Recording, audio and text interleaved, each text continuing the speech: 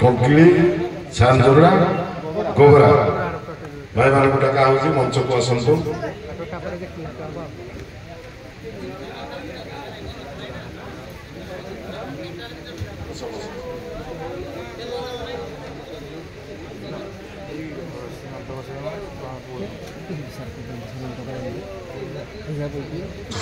এই করে পছন্দ গোবরা এই টিমটা একটু দিয়ে দেব মনে নাই प्रथम राउंड अंतिम पर्याय एका बेले तीनोटी टीम आम डाकिछु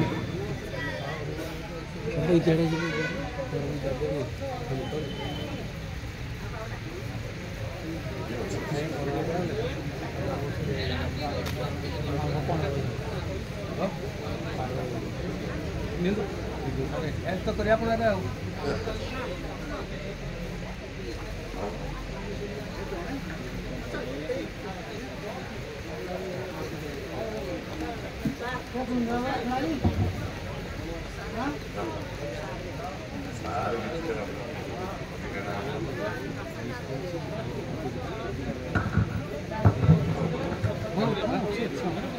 जौन सारा हाँ दिलीप सर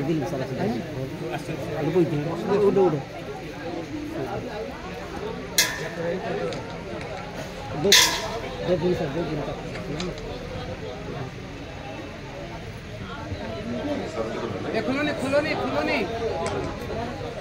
खुलो नहीं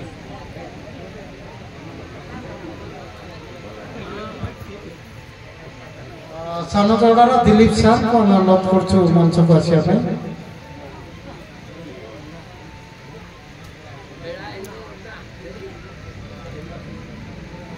मो दिलीप सार को हम पुराण संस्कृति तरफ सम्मानित करछु स्वयं निजे मोर गंडा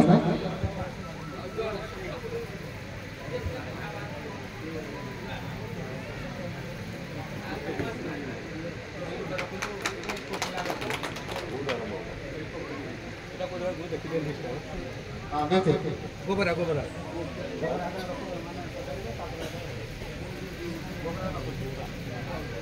धरिया भाई सेटे रखि देनु गोटे गोटे धरि के हम बढाई हां सम्मानित करनियन तो हमर प्रतियोगी मान को हां भाई हां वर्तमान आमे परिचय देबे ना कोंतु सांजोड़ा बोल नंबर में सांजोड़ राउंड सांजोड़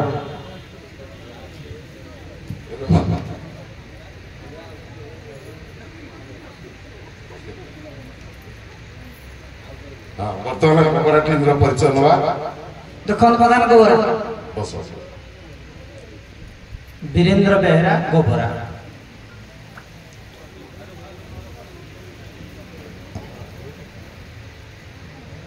शत्रुघ्न बेहरा गोबरा धन्यवाद वर्तमान कंकली भाई हमरो गोविंद चंद्र साहू कंकली धन्यवाद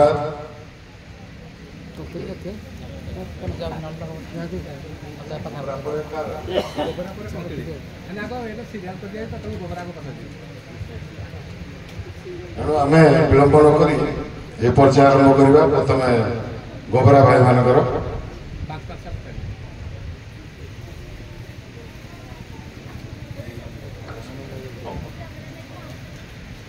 प्रथम प्रश्न परम शास्त्र भागवत अभ्यास करुथुबे भागवत परम शास्त्र बोली कहीं कह जाए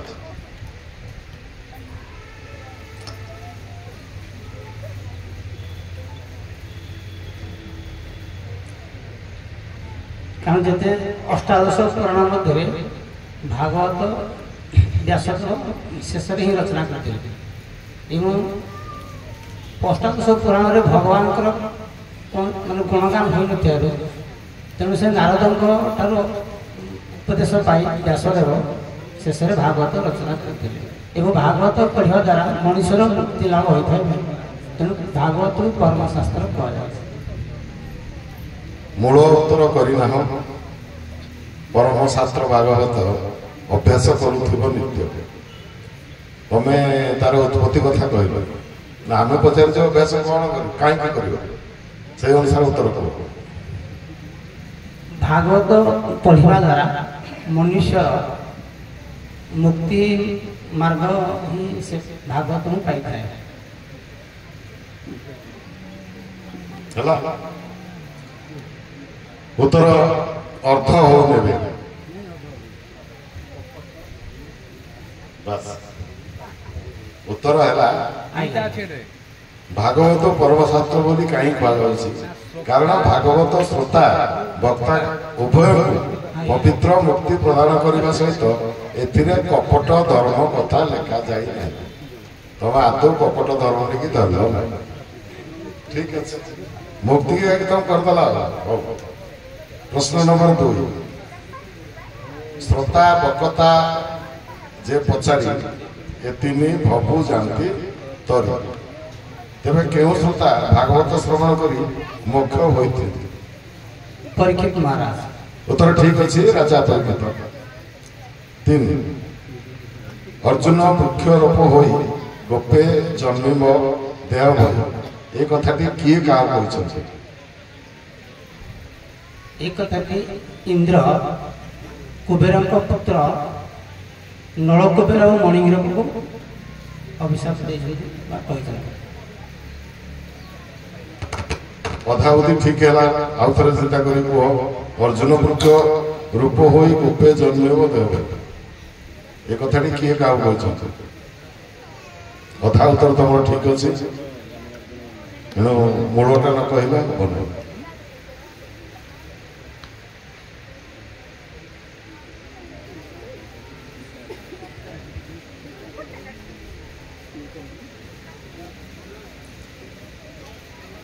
ନାରଦ ମହର୍ଷି ଏ କଥା କହିଥିଲେ। ଉତ୍ତର ଠିକ ଅଛି ଇନ୍ଦ୍ର ନୁହେଁ ନାରଦ। ନାରଦ ନଳକୂବର ମଣିଗ୍ରହ ତାଙ୍କ ପୁତ୍ର। 4 ନମ୍ବର ଜୀବାତ୍ମା ପରମାତ୍ମା ମଧ୍ୟରେ ପ୍ରଭେଦ କ'ଣ?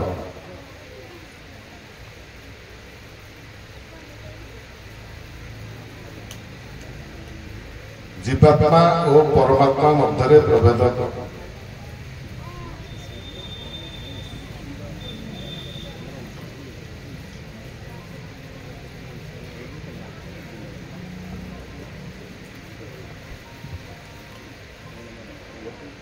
ଆଜ୍ଞା ଜୀବାତ୍ମା ଶରୀରର ପୁଷ୍ଟି ପାଇଁ ବା ଶରୀର ପୋଷଣ ପାଇଁ ଖାଦ୍ୟ ଗ୍ରହଣ କରିଥାଏ କିନ୍ତୁ ପରମାତ୍ମା ତାହା ଗ୍ରହଣ କରିନଥାନ୍ତି। ସେ ଶରୀର ଭିତରେ ଯୁକ୍ତ ଭାବରେ ଥାନ୍ତି। ଇଏ ତ ବାହ୍ୟ କଥା କହିବେ ଅନ୍ତ କଥାଟା ଯୋଉଟା କହିଲ ଏଟା ହଉଛି ବାହ୍ୟ କଥା। ତାର ଅନ୍ତଃସ୍ୱର ଗୋଟେ ଅଛି ସେଇଠୁ ଆମେ ଚିହ୍ନିବା ଯେ ଇଏ ଆତ୍ମା ଇଏ ହେଲା ପରମାତ୍ମା। এটা তত্ত্বভিত্তিক।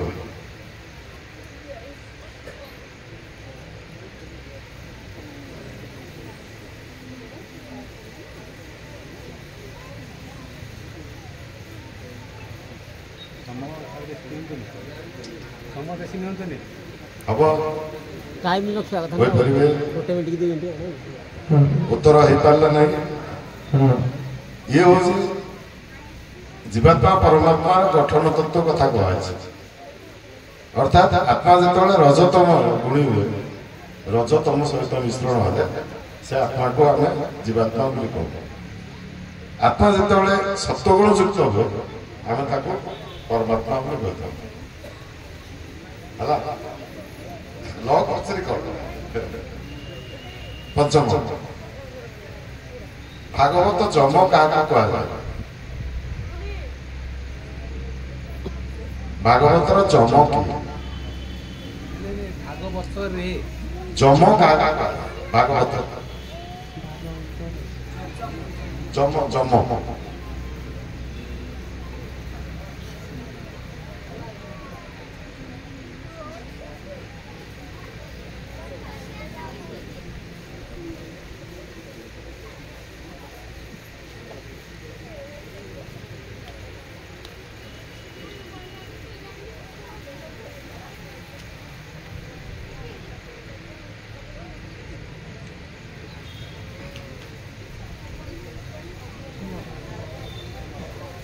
ହବ ନାହିଁ ବୁଝିପାରିଲନି ଆଉ ହବ।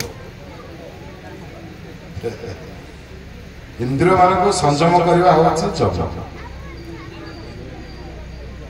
ମୋ ଦେହେ ଥିବ ବୁଦ୍ଧିମାନ ଇନ୍ଦ୍ରିୟ ସଂଯମଟି ଯମ। ଯମ ହେଉଛି ଶେଷ ପର୍ଯ୍ୟାୟ। ଇନ୍ଦ୍ରିୟକୁ ଆମେ ଯଦି ଏତା କରିବା ତାହେଲେ ଯମ ବୋଲି କୁହାଯାଏ। ପଞ୍ଚମ ହେଲା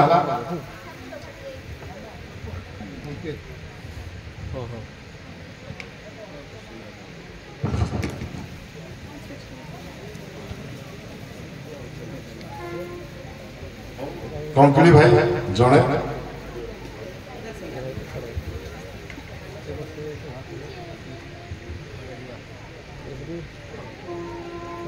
ଭାଗବତ ପାଠ ପ୍ରଥମେ କିଏ ଆରମ୍ଭ କରିଥିଲେ?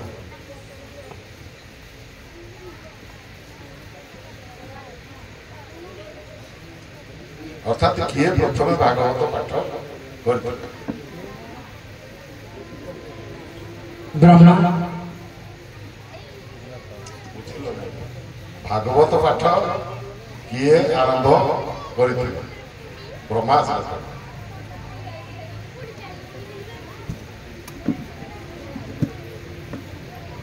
କେବେ ଆରମ୍ଭ ହୋଇଥିଲା? କିଏ କରିଥିଲା? ଦିଟା ବ୍ୟାସଦେବ।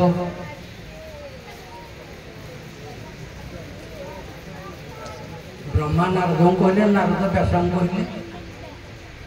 ବ୍ୟାସ ପଢିଲେ, ବ୍ୟାସ ପରେ ସୁଖଦେବ ପରୀକ୍ଷିତ। କଥା ହଉଛି ଭାଗବତ ନା ପାଠ କିଏ କଲା? ବ୍ୟାସଦେବ କରିଥିଲେ।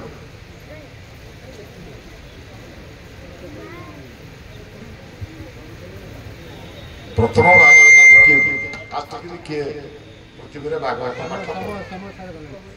ସମୟ ହବ ଉତ୍ତର ହେଇପାରିଲା ନାହିଁ। ସେ ହଉଛନ୍ତି ସୁଖଦେବ। କହିକିରି ଅଧାରେ ଛାଡ଼ିଦେଲା।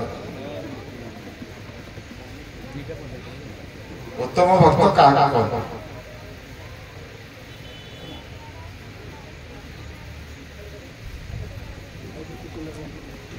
ଉତ୍ତମ ଭକ୍ତ କାହାକୁ କହନ୍ତି? କିଏ ହଉଛନ୍ତି ଉତ୍ତମ ଭକ୍ତ ଭାଗବତ ଅନୁସାରେ?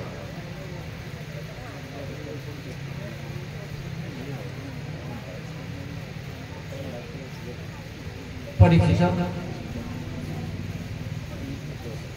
ଜଣେ ନୁହେଁ, କାହାରି ନାଁ ନୁହେଁ, ଲକ୍ଷଣ। ଜଣେ ଉତ୍ତମ ଭକ୍ତର ଲକ୍ଷଣ କଣ? ବ୍ୟକ୍ତିଗତ ନାହିଁ, କାହାରି ନାଁ ନାହିଁ। ବୁଝ, ଉତ୍ତମ ଭକ୍ତ ବୋଲେ ଉତ୍ତମ ଭକ୍ତର ଲକ୍ଷଣ କାହାକୁ ଆମେ ପାଇବା? କାହାଠେ ପାଇବା?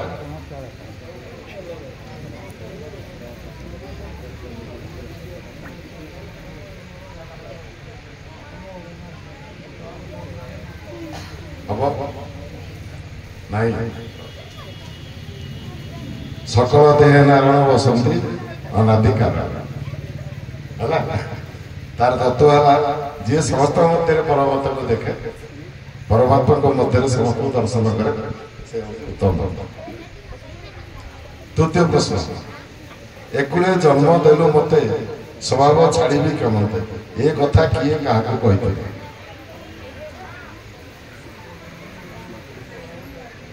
ଦାସୁକି ସର୍ପ କହି, ନାଗ କହିଛି କୃଷ୍ଣ, ଭଗବାନ କହିଛି। କାଳିଆ ଦଳ ସମୟରେ ଦଳରେ ଯେତେବେଳେ ସେତେବେଳେ ଏକଳେ ଜନ୍ମଦେବ ମତେ ସ୍ୱଭାବ ଛାଡ଼ିବେ କେମିତି? ଉତ୍ତର ଠିକ ଅଛି। କାଳିଆ ନାଗ ଭଗବାନ ଶ୍ରୀକୃଷ୍ଣ କହିଛନ୍ତି।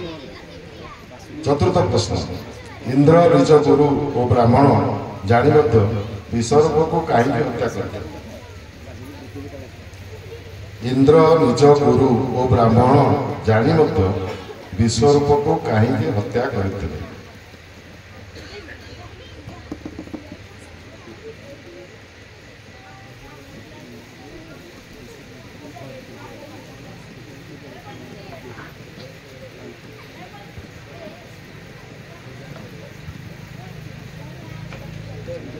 ବାସ୍, ଉତ୍ତର ହେଲା ବିଶ୍ୱରୂପ ଦେବତାମାନଙ୍କ ନିମନ୍ତେ କରୁଥିବା ଯଜ୍ଞରେ ପିତୃସ୍ଥାନୀୟ ଦେବତାମାନଙ୍କୁ ଓ ମାତୃସ୍ନେହ ବଶତଃ ଅସୁରମାନଙ୍କୁ ଯଜ୍ଞ ଭାଗ ଦେଇନଥିଲେ।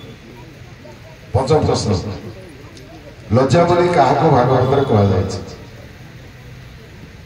ଭାଗବତ ଅନୁସାରେ ଲଜ୍ଜାଟା କି କୋଉ ଜିନିଷକୁ ଲଜ୍ଜା ବୋଲି କହିବା?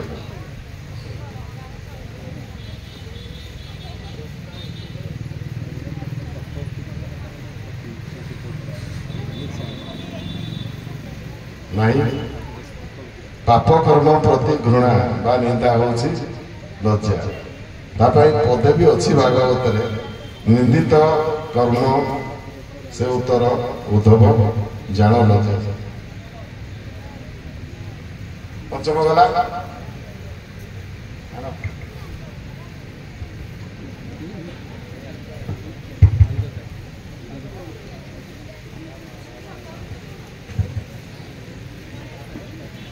ହଁ ସାନଜୁଡ଼ା ଭାଇ ମାନେ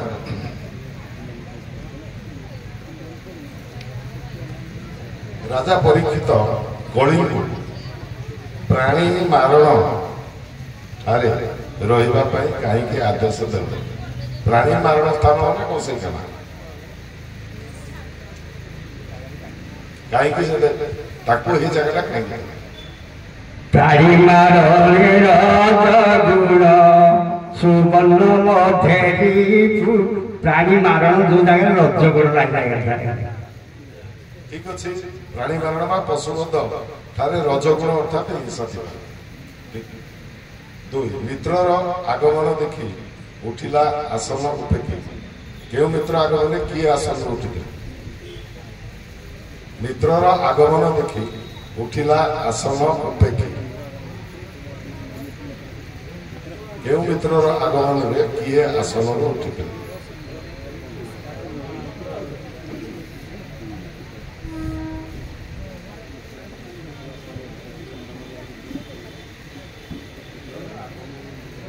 ମିତ୍ରର ଆଗମନ ଦେଖି ଉଠିଲା ଆସନ ଉପେକ୍ଷି, ଅର୍ଥାତ୍ ବନ୍ଧୁ ଆସୁଛି ବୋଲି ସେ ଠିଆ ହେଲା, ସମ୍ମାନ କଲା। କିଏ କାହାକୁ ସମ୍ମାନ? ନାରଦ ଯେତେବେଳେ ଆସିଲେ ବସୁଦେବ ଉଠି ତାଙ୍କୁ ପ୍ରଣାମ ସମ୍ମାନ ଦେଲେ। ଆଉ ଥରେ କୁହ। ନାରଦ ଦିନେ ଦ୍ୱାରକାକୁ ଯାଇଥିଲେ ବସୁଦେବଙ୍କ ନିକଟକୁ। ତାଙ୍କୁ ଦେଖି ବସୁଦେବ ଛିଡ଼ା ହୋଇ ତାଙ୍କୁ ପ୍ରଣାମ କଲେ ବି ପାଛୋଟି ଆଣିଲେ। ଉତ୍ତର ହେଲା ନାହିଁ ଆଜ୍ଞା। ନାରଦ ବସୁଦେବ ମିତ୍ର ନୁହନ୍ତି, ଦୁଇ ଜଣ ଯାକ ମିତ୍ରଙ୍କ ଆଗମନ ଦେଖି ପରା ସେ ଦୁଇ ଜଣ ମିତ୍ର କେମିତି ହେବେ? ଉତ୍ତର ହଉଛି ନନ୍ଦ ବସୁଦେବ। ନାରଦ କହିକି ପୁରା ସିଷ୍ଟମଟା ଗୋଳମାଳ କରେ।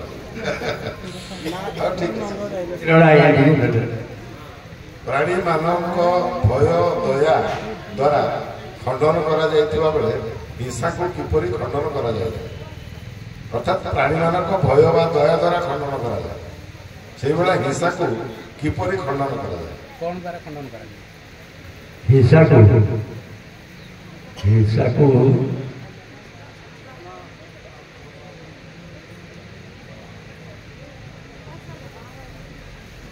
ହିଂସାକୁ କୃଷ୍ଣ ନାମ ଶ୍ରବଣ କରି ଆଜ୍ଞା ଖଣ୍ଡନ କରାଯାଏ। ଅନ୍ଦାଜ କିଛି ମାନ ନାହିଁ, ସମସ୍ତେ ଭାଗବତର ସବୁ ଉତ୍ତର କୃଷ୍ଣ ନୁହେଁ, ଯାହା ପଚରା ହେଇଛି ସେ ଅନ୍ଦାଜରେ ଚଳିବନି। ଗୋଟେ ନିର୍ଦ୍ଦିଷ୍ଟ ଜିନିଷ ଅଛି, ସେଟା ତ୍ୟାଗ କଲେ ତମ ହିଂସା ବି ତ୍ୟାଗ। ହିଂସା ହଉଛି କଳି। କଣ ତ୍ୟାଗ କଲେ ହିଂସାକୁ ଖଣ୍ଡନ କରାଯାଇପାରିବ, ଏଇଟା ହଉଛି ପ୍ରଶ୍ନ। କଣ ଜିନିଷଟି ତ୍ୟାଗ କଲେ ଏଇଟା ଖଣ୍ଡନ ହେଇଯିବ? ତମ ମୋହ ରାଗ ତ୍ୟାଗ କଲେ ହିଂସାକୁ ଖଣ୍ଡନ କରାଯାଏ। ତମ ମୋହ ରାଗ ଅବଶ୍ୟ ପାଖାପାଖି ହଉଛି। ଉତ୍ତର ହଉଛି କାମ ତ୍ୟାଗ। ତମ ମୋହ ରାଗ କାମ ଏଇ ଜିନିଷ ତ୍ୟାଗ କଲେ ହିଂସାକୁ ଖଣ୍ଡନ କରାଯାଏ।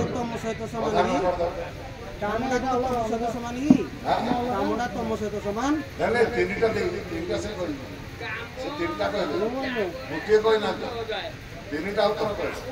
ଏ ତିନିଟା ଉତ୍ତର ସମ୍ମିଶ୍ରଣ ହଉଛି କାମ ନା କଣ ସାର୍? ଅର୍ଥ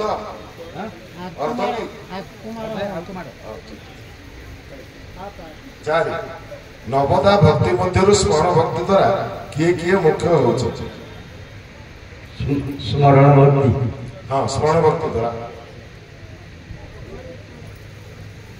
स्मरण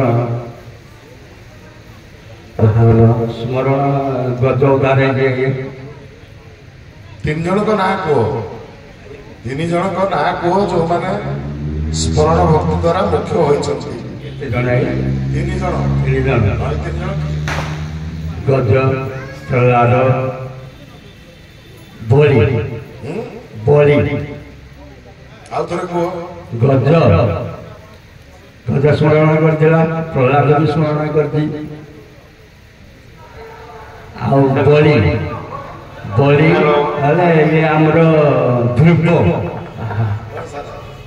हेलो हेलो है ना तो गोटे ना कह केवल प्रहलाद आउ दीटी हाथी नुहे स्मरण हाथी नुहे गज अपेक्षा न नुहे ये उद्धव उद्धव मध्य जन स्मरण करथि नवदा भक्ति मध्य कहुए स्मरण तो अनेक अच्छे नवदा भक्ति भितर कहुए प्रहलाद नवदा भक्ति भितर स्मरण करथि एके नाई आउ दी जन अछन ख्याल करले तो ती चला प्रचार समूह अतिक्रांत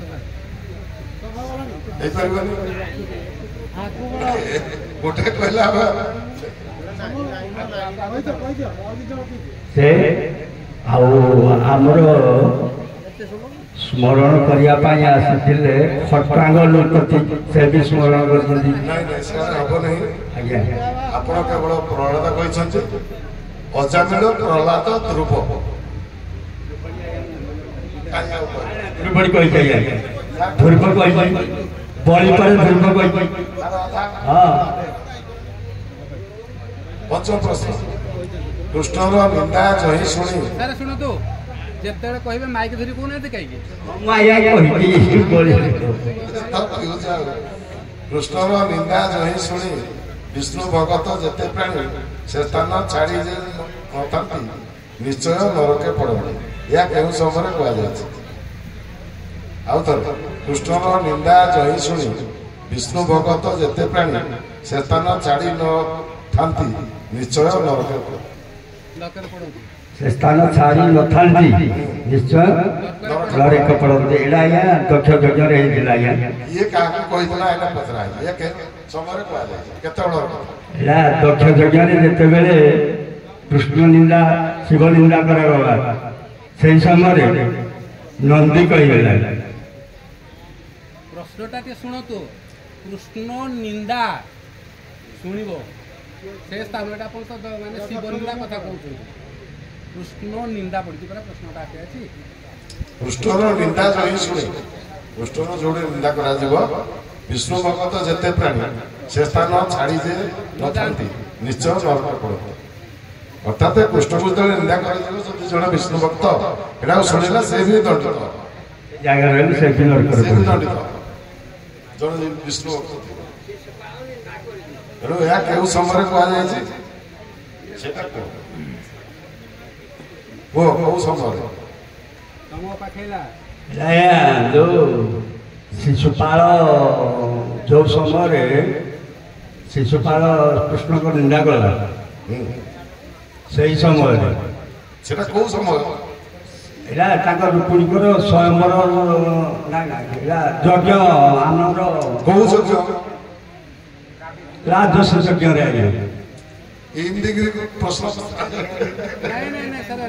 राजस्व यज्ञ रे से परिष्कार भाव राजस्व यज्ञ रे कृष्णकर निंदा करथिला शिशुपाल ठीक तेणु करी से ही जगह रे এই জিনিসটা আইলা সেই জায়গায় যে বিষ্ণু লীলা যেতে তো সংস্কৃতি বিষ্ণু ভক্তলে মধ্যে পতিত হব उत्तर हूँ धर्मराज युधिष्ठिर राजसूय यज्ञ शिशुपाल श्रीकृष्ण निंदा समय केते सारे हम अध्यय आई जाए ଆପଣ ଶୁଣନ୍ତୁ ମୋ କହିବା କଥାଟା ହେଉଛି ଆପଣ ସମୟ ସୀମା ଭିତରେ ଖାଲି ଶିଶୁପାଳ କଥାଟି କହିଲେ ଯଜ୍ଞ କଥା ଆପଣ ଦକ୍ଷ ଯଜ୍ଞ ଆଡ଼କୁ ନେଉଛନ୍ତି ତେଣୁ ଶିଶୁପାଳ ଯେହେତୁ କୃଷ୍ଣ ନିନ୍ଦା କରିଛନ୍ତି ଆମେ ଗୋଟିଏ ନମ୍ବର ଦେଲୁ ପରବର୍ତ୍ତୀ ସମୟ ଅତିକ୍ରାନ୍ତ ହେଲା ପରେ ଆପଣଙ୍କୁ ରାଜସ୍ୱ ଯଜ୍ଞ ହିଂସ ହେଲା ପରେ ରାଜସ୍ୱ ଯଜ୍ଞ ହେଲା गोबरा भाई माने पंचम प्रश्न ଭାଗବତରେ ଯମ କାହାକୁ କୁହାଯାଏ ଏଟା ପଚରା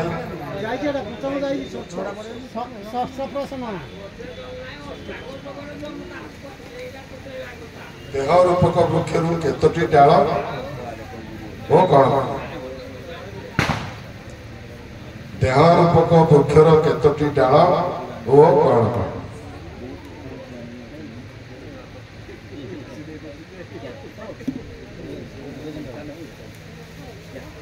ବୃକ୍ଷରୂପକ ଇଏ ଶରୀର ରୂପକ ବୃକ୍ଷରେ ଦୁଇଟି ଡାଳ ଆତ୍ମା ଆଉ ପରମାତ୍ମା। ଆଉ ଥରେ କୁହ ଦେହ ରୂପକ ବୃକ୍ଷର କେତୋଟି ଡାଳ ଓ କଣ କଣ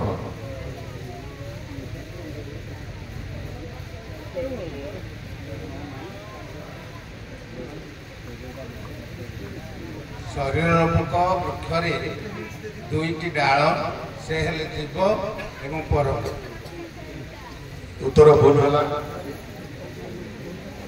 ଦେହ ରୂପକ ବୃକ୍ଷରେ 8ଟି ଡାଳ ସେଥିମଧ୍ୟରୁ ପଞ୍ଚଭୂତ ମନ ବୁଦ୍ଧି ଅହଙ୍କାର 8ଟି। ସପ୍ତମ ପ୍ରଶ୍ନ ଭାଗବତରେ ବର୍ଣ୍ଣିତ କେଉଁ ରାଜାକୁ ବିଷ୍ଣୁ ରାତ କୁହାଯାଏ ଓ କାହିଁକି ପରୀକ୍ଷିତଙ୍କୁ ବିଷ୍ଣୁ ରାତ କୁହାଯାଏ କାହିଁକି କାରଣ ସେ ବିଷ୍ଣୁଙ୍କ ଆଶୀର୍ବାଦରେ ମାନେ ବିଷ୍ଣୁ ତାଙ୍କୁ ରକ୍ଷା କରିବାରୁ କୃଷ୍ଣ ତାଙ୍କୁ ସୁଦର୍ଶନ ଚକ୍ର ଦ୍ୱାରା ରକ୍ଷା କରିଥିଲେ ତେଣୁ ତାଙ୍କୁ ବିଷ୍ଣୁ ରାତ କୁହାଯାଏ। ଅବଶ୍ୟ ଉତ୍ତର ଠିକ ଅଛି ବୁଝେଇ ପାରିଲ ନାହିଁ ବିଷ୍ଣୁ ନା ରାତ ଦତ ଠିକ ଅଛି ଆଜ୍ଞା। ଅଷ୍ଟମ ପ୍ରଶ୍ନ ଅସୁରମାନେ ପୃଥିବୀ ରୂପୀ ଗାଈକୁ ଦହନ କରିବା ପାଇଁ କାହାକୁ ବଛା କରିଥିଲେ ଓ କେଉଁ ଦୁଗ୍ଧ ପାଇଥିଲେ ଏଟା ଅସୁରମାନଙ୍କ ଭାଗ ତାଙ୍କୁ ସବୁ ପଚରା ଯାଇଛି। ଅସୁରମାନେ ଯେତେବେଳେ ଦହନ କଲେ କାହାକୁ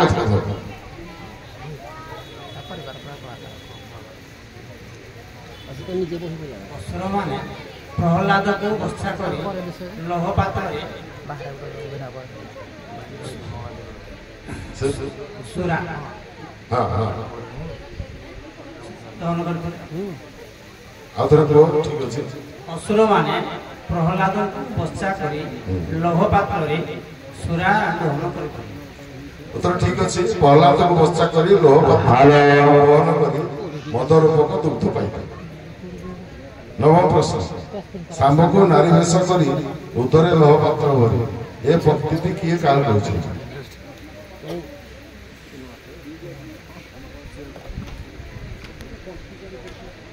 ଶାମ୍ବକୁ ନାରୀ ବେଶ କରି ଉଦରେ ଲୌହ ପାତ୍ର ଭରି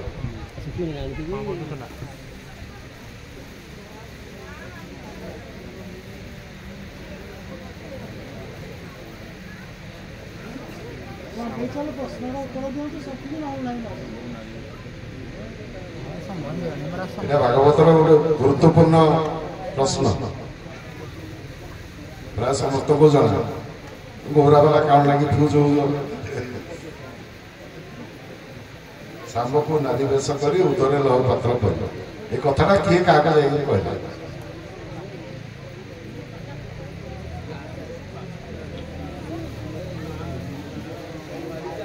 ସମୟ ଅତିକ୍ରାନ୍ତ ହବ ହବ ନାହିଁ ଶ୍ରୀକୃଷ୍ଣଙ୍କର ପୁତ୍ରମାନେ ରାଜସଭାରେ ଅଗ୍ରେସରକୁ ଏ କଥା କହିଲେ ଆଉ ରାଜସଭାରେ ଆଖିଥିଲେ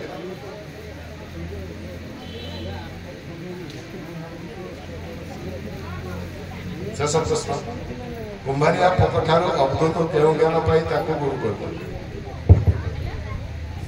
କୁମ୍ଭାରିଆ ପକ୍ଷୀଠାରୁ ଯେଉଁ ଜ୍ଞାନଟି ପାଇଥିଲେ ସେ ଜ୍ଞାନଟି ହେଲା ଯେ ମନୁଷ୍ୟ ମୃତ୍ୟୁ ସମୟରେ ଯେଉଁ ଜିନିଷକୁ ଦେଖିଥିବ ବା ଯାହାକୁ ସେ ତା ନୟନ ଦ୍ୱାରା ଦର୍ଶନ କରିଥିବ ସେହି ଜନ୍ମ ହିଁ ସେ ପାଇଥାଏ ଲାଭ କରିଥାଏ। ଉତ୍ତର ଠିକ ଅଛି ଅର୍ଥାତ୍ ମରିବା ସମୟରେ ତମ ସମ୍ମୁଖରେ ଯାହାର ପ୍ରତିଛବି ଥିବ ତମେ ଆର ଜନ୍ମରେ ସେୟା ହବ ଠିକ ଅଛି।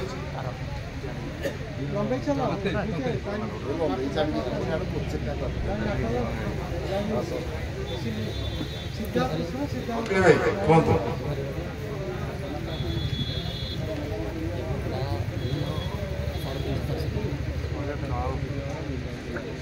କଣ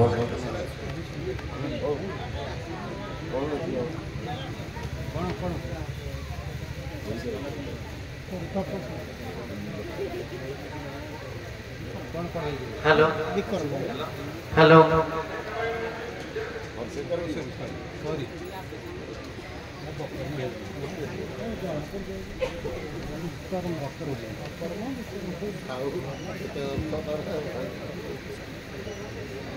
ବିକର୍ମ କର୍ମ କାହାକୁ କୁହନ୍ତି? ବିକର୍ମ କର୍ମ କାହାକୁ କୁହନ୍ତି?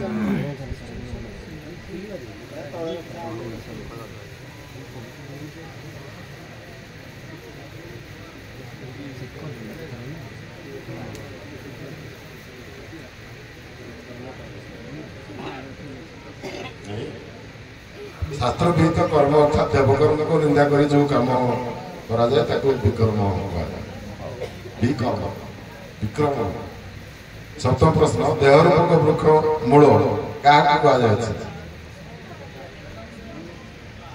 देहरूपक वृक्ष मूल मान किए अच्छे सृष्टि कथा भी कह जाए। देहरूपक वृक्षर मूल क्या कहा जाए?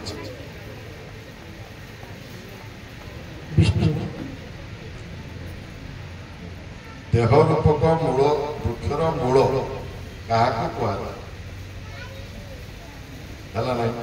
सत रज तम है त्रिगुण आम जो कहूँ सत रज तम। अष्टम प्रश्न वस्त्र को जल धोईदे ता पवित्र हुए सेहीपरि कौन कले वाक्य और दृष्टि पवित्र हुए? वस्त्र को जल धोईदे ता पवित्र हुए सेहीपरि कौन कले वाक्य और दृष्टि पवित्र हुए? अपन सत द्वारा वाक्य पवित्र हुए पाद को दृष्टि द्वारा दृष्टि पवित्र हुए।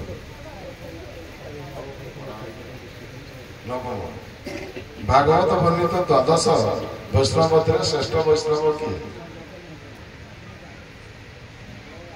भागवत जो द्वादश वैष्णव भागवत 12 जन वैष्णव अच्छा 12 जन वैष्णव श्रेष्ठ वैष्णव किए? श्रेष्ठ वैष्णव है बयस। दशम प्रश्न एणु आकाश गुरु करी अवनी मध्य देव धरी आकाश ठारू क्यों गुण शिक्षा करी अवधूत आकाश को गुरु करते? 24 गुरु भितर आकाश गोटे गुरु से भी गुरु कहले हबनी आकाश ठारू शिक्षा करे अवधूत मेघ जपरी आकाश थाई आकाश मिशी न था ठीक सही पर आत्मा देहर देहर मिसे ना या गुरु जाने अवधूत आकाश को गुरु करते।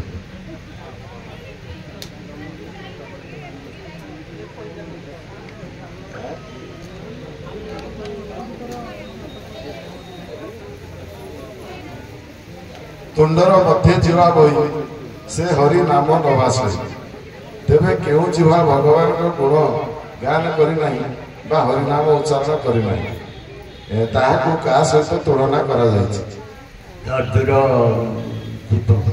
धर्तुर जीव मान बेंगर जीव बेंगर कथा ठीक अच्छे उत्तर दुर्धर बेंगर ना हूँ दुर्धर। भागवत देखा मिले सुत उवाच तेरे सुत जनक किए से कार पुत्र? सुत लोम ऋषिकर पुत्र। सुत किए आगे को सुत किए प्रश्न है सुत किए तापर से पुत्र ना सुत ताकर मूल ना नहीं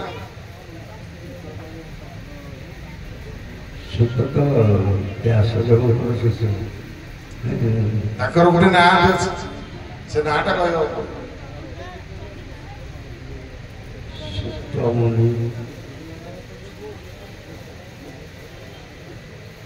ଶୂଦ୍ରାର ବ୍ରାହ୍ମଣୀ କୂଳରୁ ଜନ୍ମ ବ୍ରାହ୍ମଣୀ ମା ଶୂଦ୍ର ସେ ହେଉଛି ସବୁ ଠିକ କିନ୍ତୁ ତା ନାଁଟା କଣ ସେ ସୁତ ମୁନିଟିର ନାଁଟି କଣ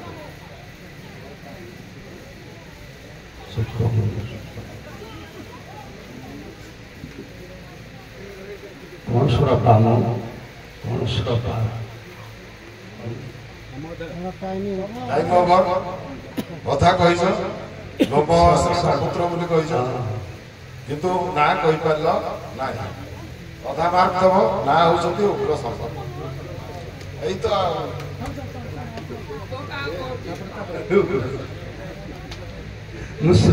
ରାଜା ପୃଥିବୀ ରୂପୀ ଗାଈକୁ ଦହନ କଲାବେଳେ କିଏ ବସା ହୋଇଥିଲେ ଓ କେଉଁ କେଉଁ ଦୁଗ୍ଧ ପାଇଥିଲେ ଆଜ୍ଞା ପୃଥୁଳି ଦୁହିଁଲେ ଇନ୍ଦ୍ରକୁ ବସ୍ତା କରିଦେଲେ କଣ କହିଥିଲେ ଇନ୍ଦ୍ରକୁ ବସ୍ତା କରିଦେଲେ ଅମୃତ କହିଥିଲେ ଆଜ୍ଞା ନା ଗୋଳମାଳ କର ଆଜ୍ଞା ଆଉ ଥରେ କୁହ ରାଜା ପୃଥିବୀ ରୂପୀ ଗାଈକୁ ଦହନ କଲାବେଳେ କିଏ ବସା ହୋଇଥିଲେ ଏବଂ କେଉଁ ଦୁଗ୍ଧ ପାଇଥିଲେ ରାଜା ପୃଥୁ କାହାକୁ ଦହନ କରିଥିଲେ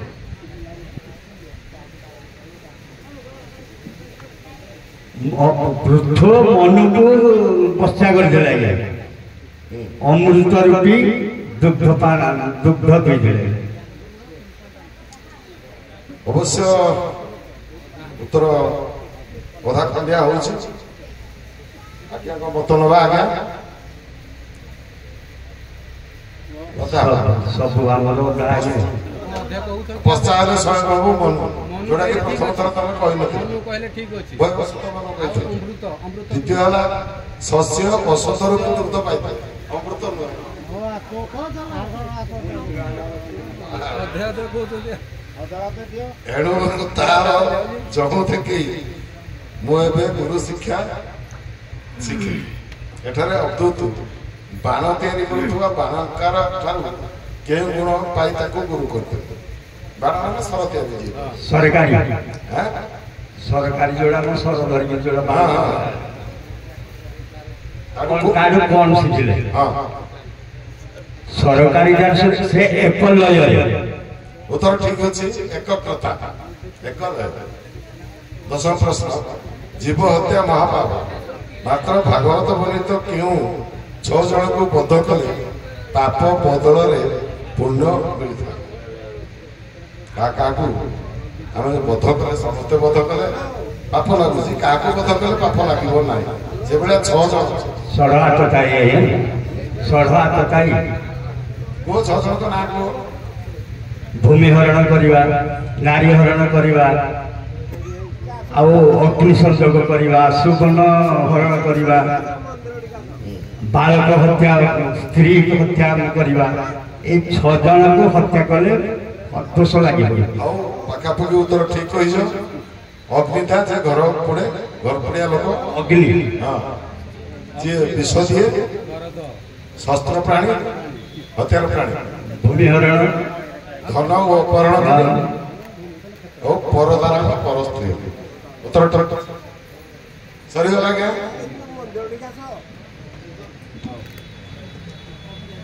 ଆପଣ ମାନେ ବସିଥିବେ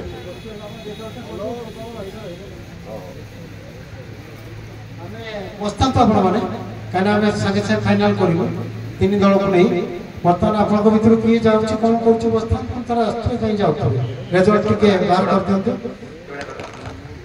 ରାଜଚନ୍ଦ୍ର ବିଶ୍ୱାଳ ସାର୍ ଇଏ ସଂଯୋଜନା କରିବେ ଏବେ କେଉଁ ଦଳ କେତେ ଲେଖାଏଁ ପାଇଛନ୍ତି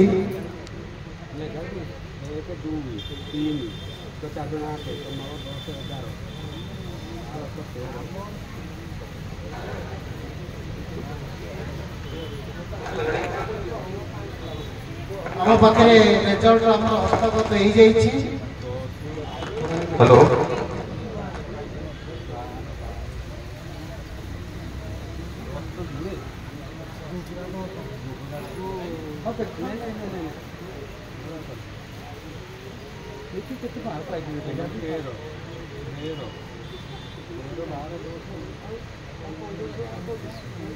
ଲକି ବସି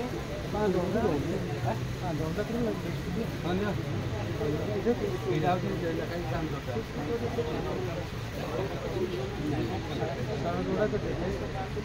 ଆର ଦୁଇଟା କାଇଁ ଅଛି এইটা হচ্ছে সান দরটা 13 ହେଲା ତାପରେ ଲକି ବସି 12 ସାନ ପଞ୍ଜିନି 6 এটা হচ্ছে কম্পিনি 2 ওটা 6 ଆମର ରେଜଲ୍ଟ ହସ୍ତଗତ ହେଇଯାଇଛି।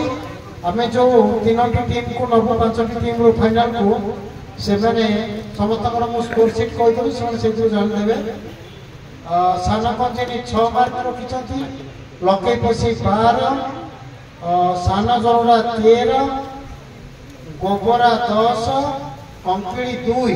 ତେଣୁ ଆମେ ଏଇ 3 ଦଳ ଫାଇନାଲକୁ ଉନ୍ନୀତ ହେଉଛନ୍ତି ସାନ ଜରୁଡ଼ା, ଲକେଇ ପଶି ଏବଂ ଗୋବରା। ତେଣୁ ଏଇ ଯେଉଁ 2 ଟିମ୍ରେ ଅଛନ୍ତି ଲକେଇ ସାନ ଜରୁଡ଼ା ବସିଥାନ୍ତୁ, ଆମେ ଲକେଇ ପଶି ଏବଂ ଗୋବରା ଟିମ୍କି ପୁଣି ଥରେ ଆମନ୍ତ୍ରଣ କରୁଛୁ। ଅଛି